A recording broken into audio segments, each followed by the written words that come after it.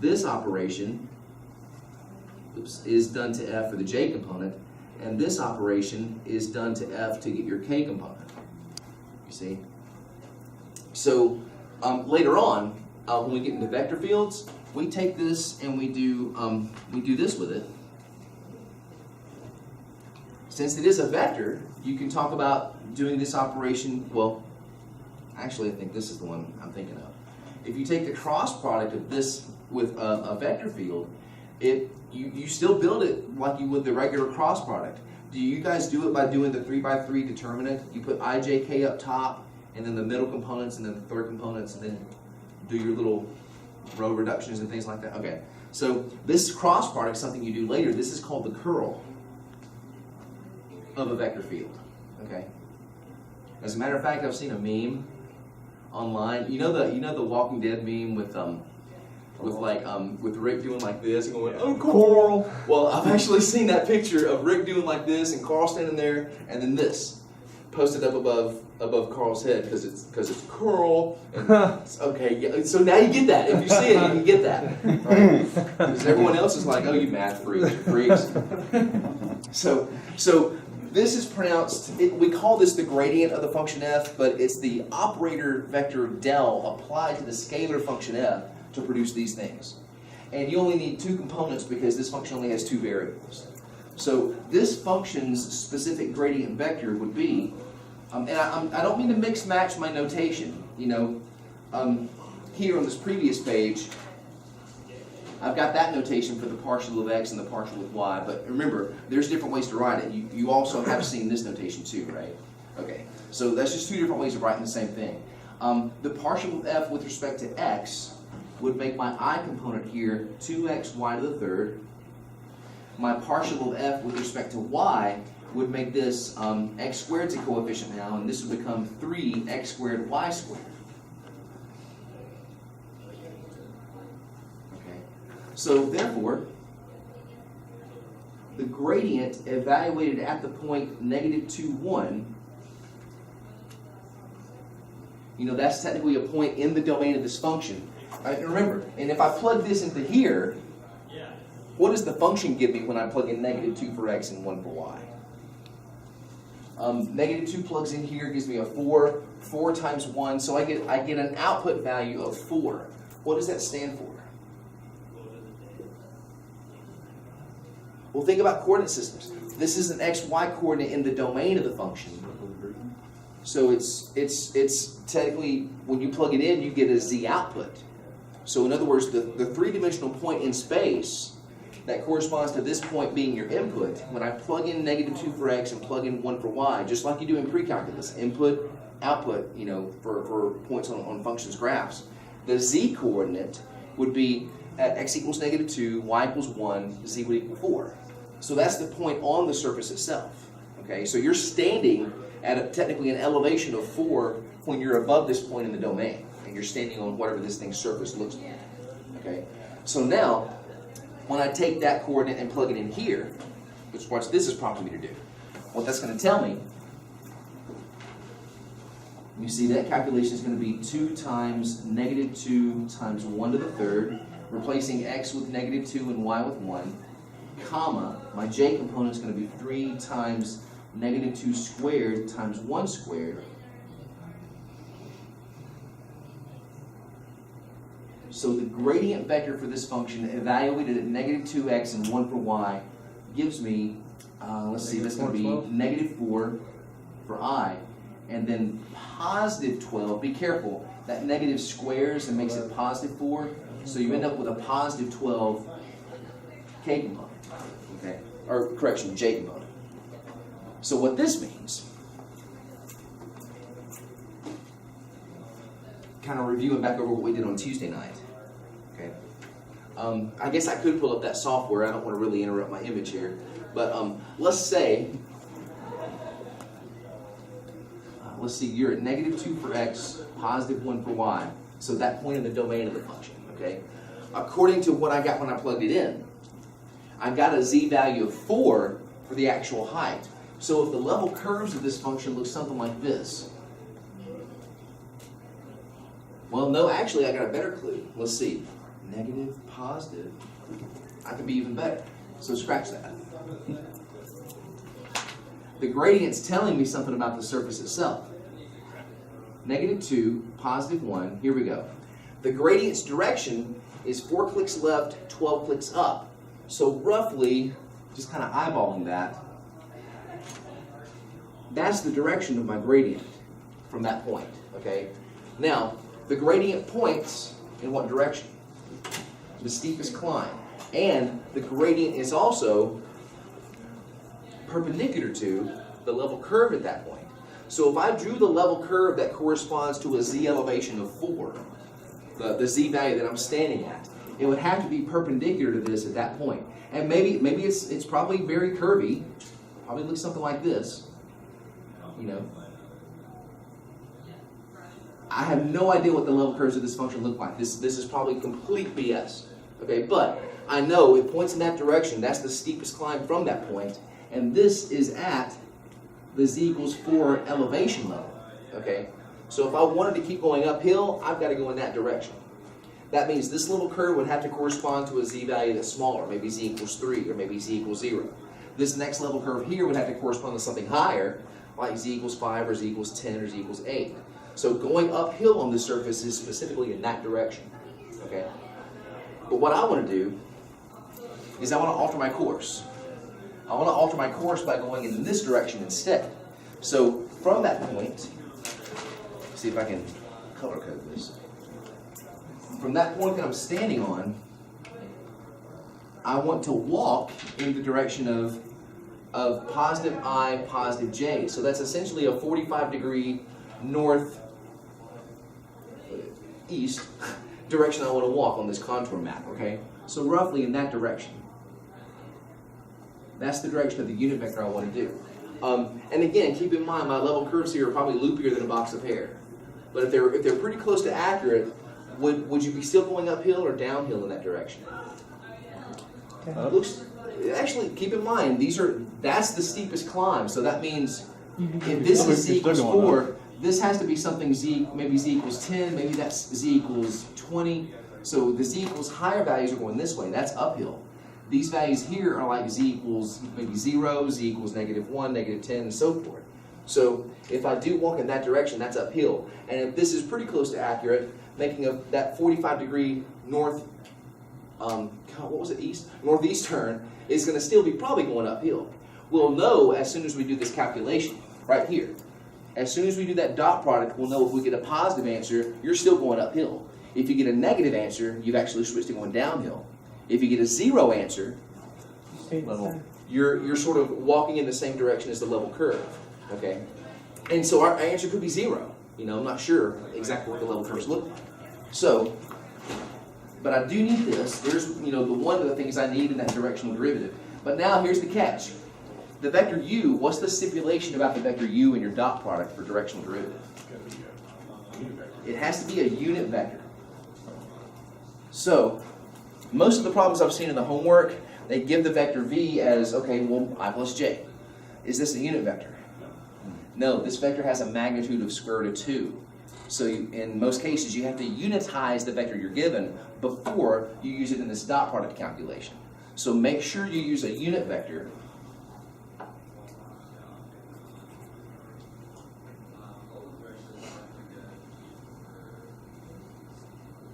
So our direction unit vector is going to be u. And according to what we're given in the problem, that means we need to take v and divide it by its magnitude to, again, you're going to hear me call that unitize, spell it correctly. Unitize the vector v to turn it into a unit length. So vector v, given in the problem, has a magnitude of root 2. So that means the unit vector I need to use for my dot product here will be that. 1 over root 2, and then you can distribute that constant if you want to. So you can see each component is going to be 1 over root 2. So it's still parallel to the vector v. It's still going in a 45-degree northeast direction, but it's essential because in this dot product calculation, you don't want the length of the vector to contribute to the slope. You just want the direction itself. And anytime you're using a vector solely for its direction, you need just the unit vector. You need to shrink its magnitude down to 1. Yes. So sorry, where are you getting the square root of 2 there? Square root of 2, the length of this vector v. The vector v is square root of 1 plus 1. Oh. I squared, Thanks, I component squared plus j component squared. Yeah. Sorry about that. Skip that part. So now I've got everything I need. The directional derivative is my gradient dotted with this unit vector. So keep your gradient vector intact because it actually, represents the direction of the steepest slope from where you're going, the direction of that black vector going to the upper left. I want to alter its course by that red vector I've got shown there. That's why I dot it with this unit vector u. So when calculating this dot product, I have -4 over square root of 2 for multiplying the i's together, plus 12 over square root of 2, multiply the j's together. So I'm getting a value of 8 over square root of 2, representing the altered slope heading from this point in that vector u direction. Okay? And according to this, since my dot product turned out positive, confirms we're going uphill. So we're still going uphill even though we alter it by, instead of going in the direction of the gradient, which is steepest, we're going now in the direction of due northeast. But we're still going uphill. 8 divided by square root of 2 is, let's see, it's about root 2. That's about, essentially you could say that if I go in this vector's direction right here, I'm walking uphill, technically at a change of 5.66 z units for every 1 unit I go in this direction. So that's pretty steep. If you go 1 click in that vector's direction, 1 unit in that vector's direction, your uphill slope that you go on the surface is about 5 z units for every 1 unit that way. If you think of that as a rise over run ratio. So that's pretty steep. But if I go in this direction, how do I find the steepness in the direction of the gradient? It's just magnitude of that one. Magnitude. Now that came from this vector. The magnitude of that vector is going to be the square root of 16 plus 144. I component squared plus j component squared. And so that's much steeper. So you're going twice as steep if you go in the direction of the gradient. The direction of the gradient, for every 1 horizontal click in that dotted line's direction, your z values are going up by 12 point something. So you're going really steep if you go in the direction of the gradient, which means this would be a tough surface to see if you had it graphed out. Really steep this way, but just altering your course by that 1, 1 vector, you're cutting your slope in more than half. So you're only going at a slope of about 5.7-ish if you go in that particular direction. Okay. Makes sense? Okay. Any questions so far? I ask that a lot, and sometimes I may ask it prematurely, because you really only get questions when you actually try the homework, and it's kind of, like I say, it's premature to sort of ask that in class, but if there's anything you're unsure of or want me to double check and re-explain, just make sure you bring it up while we have our contact hour together, okay? So let me show you another one. I think I have another one in here. Yeah. Where did the z's come from? Where did the z's come from? Oh, the one I drew on the page, or on the board over here? Completely, honestly, completely out of here. But I know, the only thing I really know for certain, 100%. Okay? I know from this information, at x equals -2 and y equals 1 in the domain of this function, I know my z height is at z equals 4. Because when I plug those numbers in for x and y, the function gives me an output of z equals 4. So I know if there's a level curve that goes through here, it's at the z equals 4 height. Okay? So maybe the level curve goes through this way, maybe the level curve goes through that way, maybe it's straighter. I don't know. But I know that I'm on the height z equals 4. But I also know from this gradient vector, if I superimpose it on top of this, in the direction, from this point, in the direction of 4 clicks left, so about that far, and then 12 clicks up, roughly about like that. That is the steepest climb on whatever the surface looks like from that point. So if I want to get to z equals 5 and z equals 6 fastest, I got to go that way. That's because that's the steepest climb. So the only thing I reliably know is since that's the gradient, and the gradient is perpendicular to my level curves, the level curve has to be kind of in that direction at that point, because it has to make a right angle with my gradient. But again, it's probably got some curvature to it. It's probably something like that, so that only at that one point is where I know I've got that point of normalcy, that point of perpendicularity. Okay? So really that's all I can infer. Everything else that was drawn up here was sheer speculation. Just for the sake of putting an image with what we're doing here on the numbers. Okay?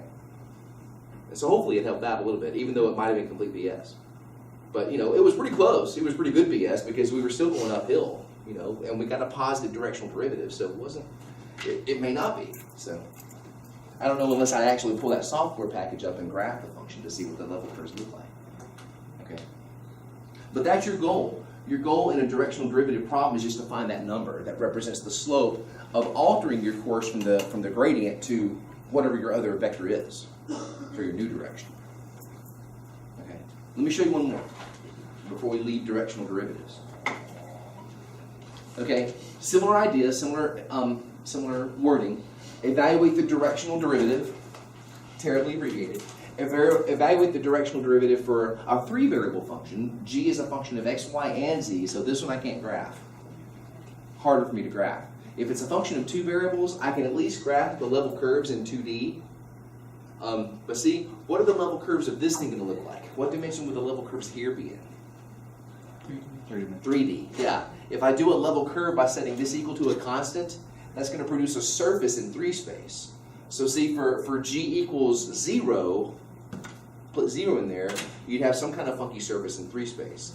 And then you go to g equals 1, that gives you this equation equals 1. That's probably some other surface in 3 space. So for each 0, 1, 2, 3 that you plug in here to produce level curves, you're actually producing level surfaces.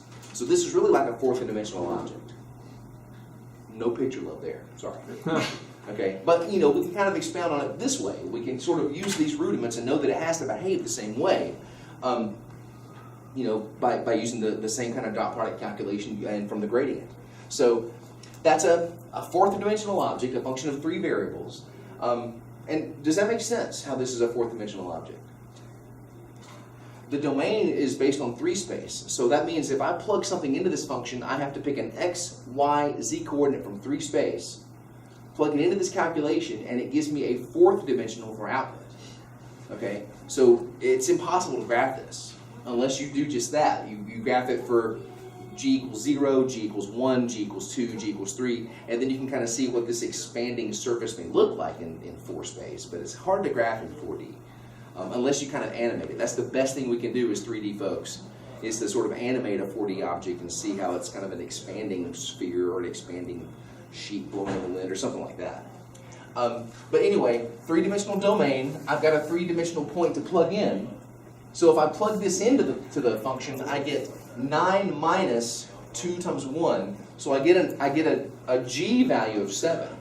So what that means is in 4 space, you're located at the point 2 for x, 1 for y, 3 for z, and then 7 for the 4th dimension. Okay. But we're wanting to find the directional derivative of this object at that point in its domain in the direction of this vector, v. So similar problem, similar setup. You need to calculate the gradient of the function. The function is named g here, so don't let that, you know, fool with your emotions too much. You need to ultimately calculate that. The gradient of the function g evaluated at your, and I guess I should have said that.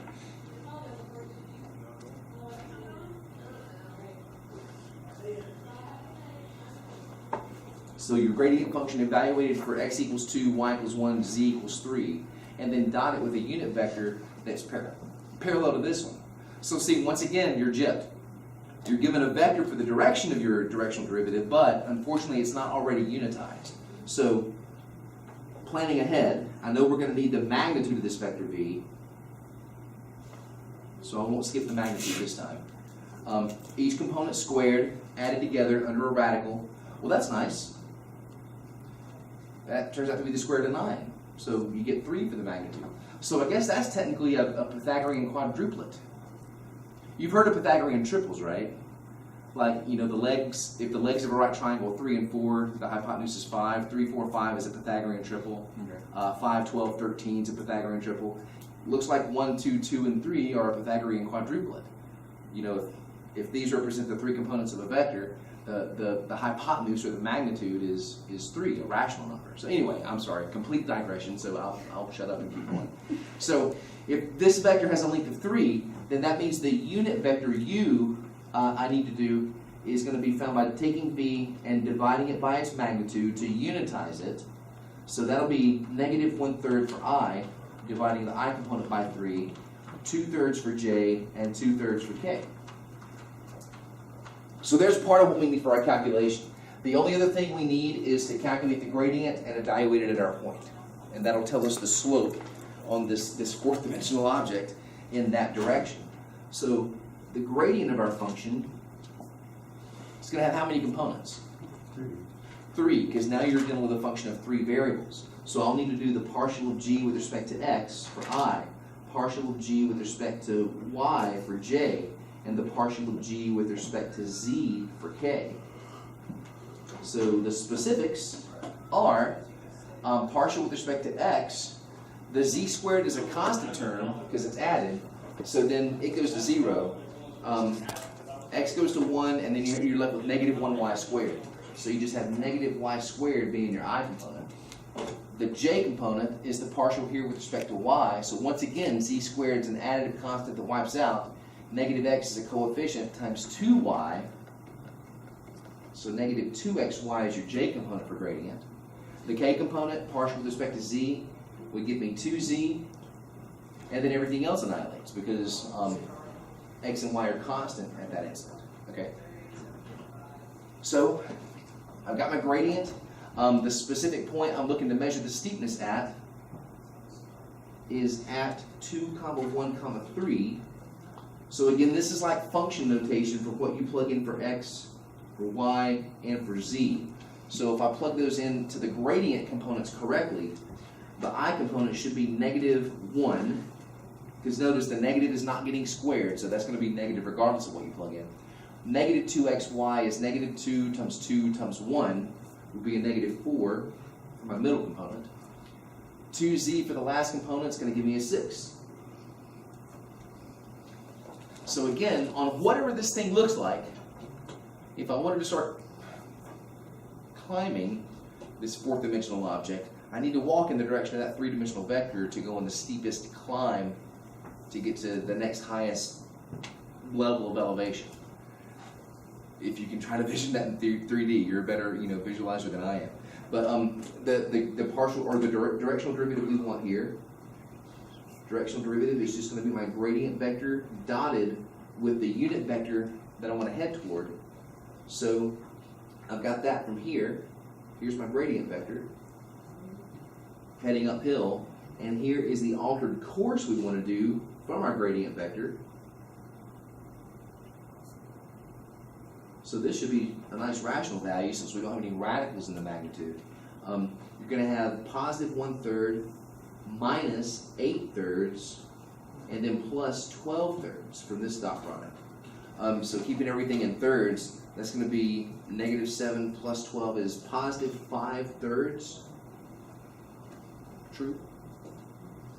So I know that if I'm on that point in the domain and then plugged into this surface for its elevation, facing the direction of this vector, I'll be walking uphill at a slope of 5/3.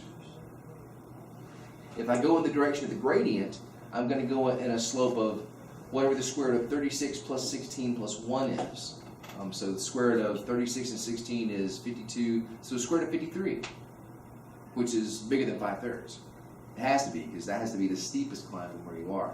Any alteration from that course, you're going at a shallower slope. Okay? Any questions so far? It's pretty absorbable.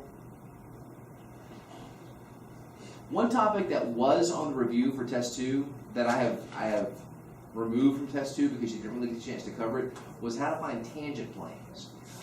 There's actually something you do with the gradient to help you find the equation of a tangent plane. Now there was a way to do it with 14.4, but I went ahead and jumped to 14.5 when I started looking on Tuesday. So let me show you the 14.5 way of finding the equation of a tangent plane. Big review. In order for you to get the equation of any plane, this is a review of something from test 1. What is the only thing you need? The two things you need, the two basic things you need to get the equation of a plane in free space. Vector inside the plane and a point. You need a point that's on the plane surface, and you need a special kind of vector. Normal. You need a vector that's normal to the surface of the plane, okay? So, just to kind of recap a problem like that you would have seen on test 1, if you were asked to find the equation of a plane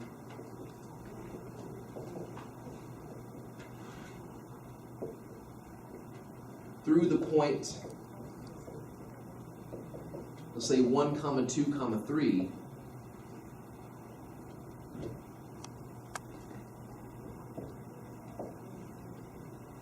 and normal to the vector, let's say, I don't know, 5i, 2j, and negative 1k. So in other words, this vector is normal to the plane surface, and it contains that point. That's the sweet spot for an equation of a plane problem.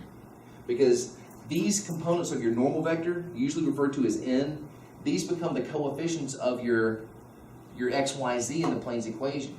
Unlike lines, a line in 3 space has to be represented by 3 parametric equation because it's a curve in space. It needs one parameter t to define the x, y, z coordinates as you go along the graph of the line.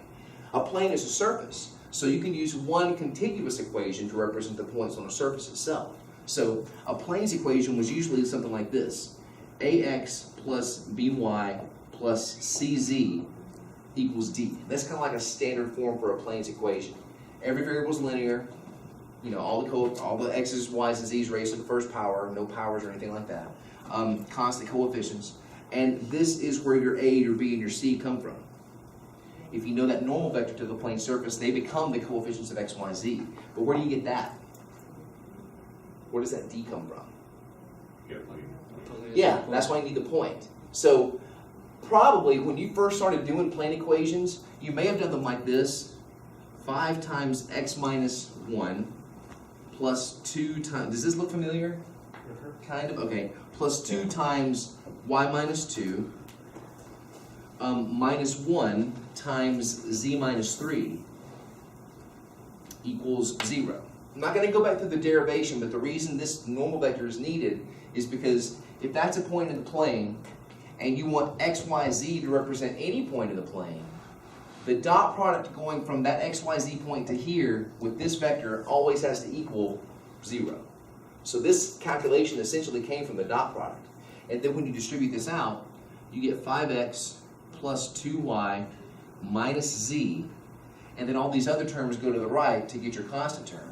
A negative 5 here would come over as a 5, a negative 4 here would go over as a 4, and a positive 3 here on the left would come over as a minus 3 on the right. So this particular plane would be 5x plus 2y minus z equals 6. Okay. Test 1 problem, right? You've seen something like that before. Okay. Because we're needing to find plane equations, so I wanted to recap that with you.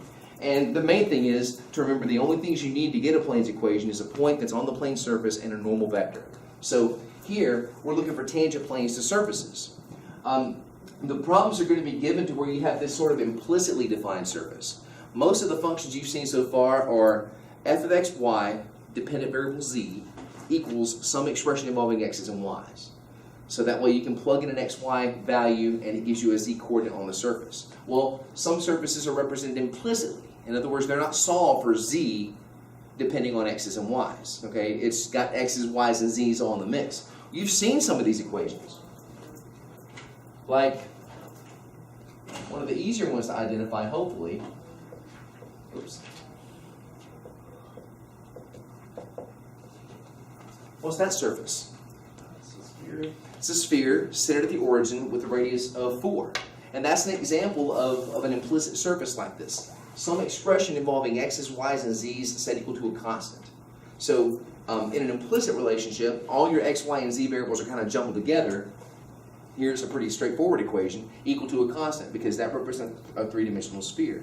So here, I'm looking to find the equation of the tangent plane to this surface. It's almost like a sphere's equation, but your coefficient's different. Which means instead of this being a sphere, this is actually what? An egg. Pardon? Or a football, I'm sure. Football, ellipsoid. Yeah, an M&M. A football, yeah. One of the oids that you had from all that graphing stuff earlier. In order for you to find the equation of the tangent plane, what you have to do is you actually find the gradient of this, okay, now bear with me, by hyperdimensionalizing it. Okay? That's probably not a word, but I use it because what I want to do is use the fact that the gradient is perpendicular to level curves. If I have a function of two variables, a 2D gradient is perpendicular to my 2D level curves. If I have a function of three variables, my 3D gradient is going to be perpendicular to my 3D level surface. So I want to recreate this as a function of x, y, and z. So technically, the level curves of a three-variable function would be a three-dimensional surface. Okay? And therefore, this thing's gradient would be perpendicular to, or normal to, this thing's level curves, or level surfaces. So what I mean by hyperdimensionalizing, this thing by itself, just by itself, is a football in space. That's it. Not expanding, not shrinking, not in motion, just there. Okay, static surface. All right. If I rename this with this capital F notation,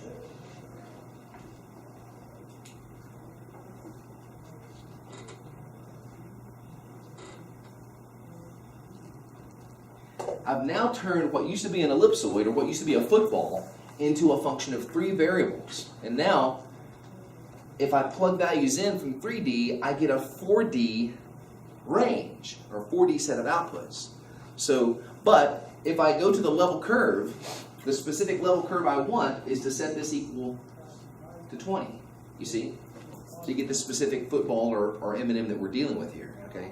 So when I set this equal to that, I'm dealing with one of the level curves or level surfaces of this function. The gradient of this function is normal to, normal vector, to this function's level surfaces. And the only level surface I want is that guy right there. So what I mean by hyperdimensionalizing it, I'm taking this from being a 3D football and I'm turning it into a 4D function temporarily, just for the purpose of letting this thing's gradient be perpendicular to that surface. You see? So that whole hyperdimensionalizing thing, if that hurts your brain, if that's really weird, it's all for the purpose of going one dimension higher than what you have here. So that way the gradients you make are going to be perpendicular to that one dimension less. And if you want to use the word hyperdimensional to someone else, you know, it may scare them. I'm not sure if it's a real word. It's just something. The reason I say it is because you're really going one dimension higher than what this is. You're extending its dimension so that you can use the gradient logic one dimension less to get your normal vector. Because that's all you need. You need one normal vector, and the problem gives you the point that you need on the surface. This should be a point that I didn't actually check it, but 4 plus 3 times 4 is 12, so 16. 16 plus 4 is 20. So yes, indeed, this is a point that's on that surface, so good. That's probably something you shouldn't have to check, but for some reason I felt compelled to.